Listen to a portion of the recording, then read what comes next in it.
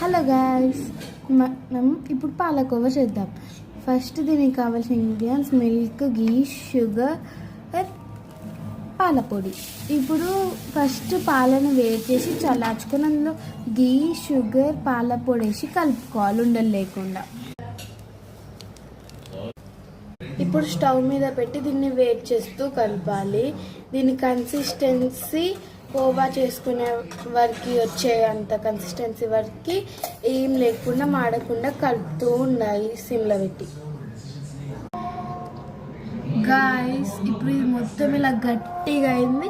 అలాగే మేము ఇట్లా బాల్స్ చేయడం, కోవా షేప్లో చేయడం కూడా స్టార్ట్ చేసాం. ఇది మనం కంటిన్యూస్గా కలుపుతూ ఉండాలి, ఎందుకంటే ఇది ఒక్కవేళ మాడిపోయిందంటే ఫ్లేవర్ మొత్తం మాడిపోయింది. అందుకని ఇప్పుడు నేను దీన్ని టేస్ట్ చేసి చూపిస్తా. సూపర్ ఉంది. బాయ్.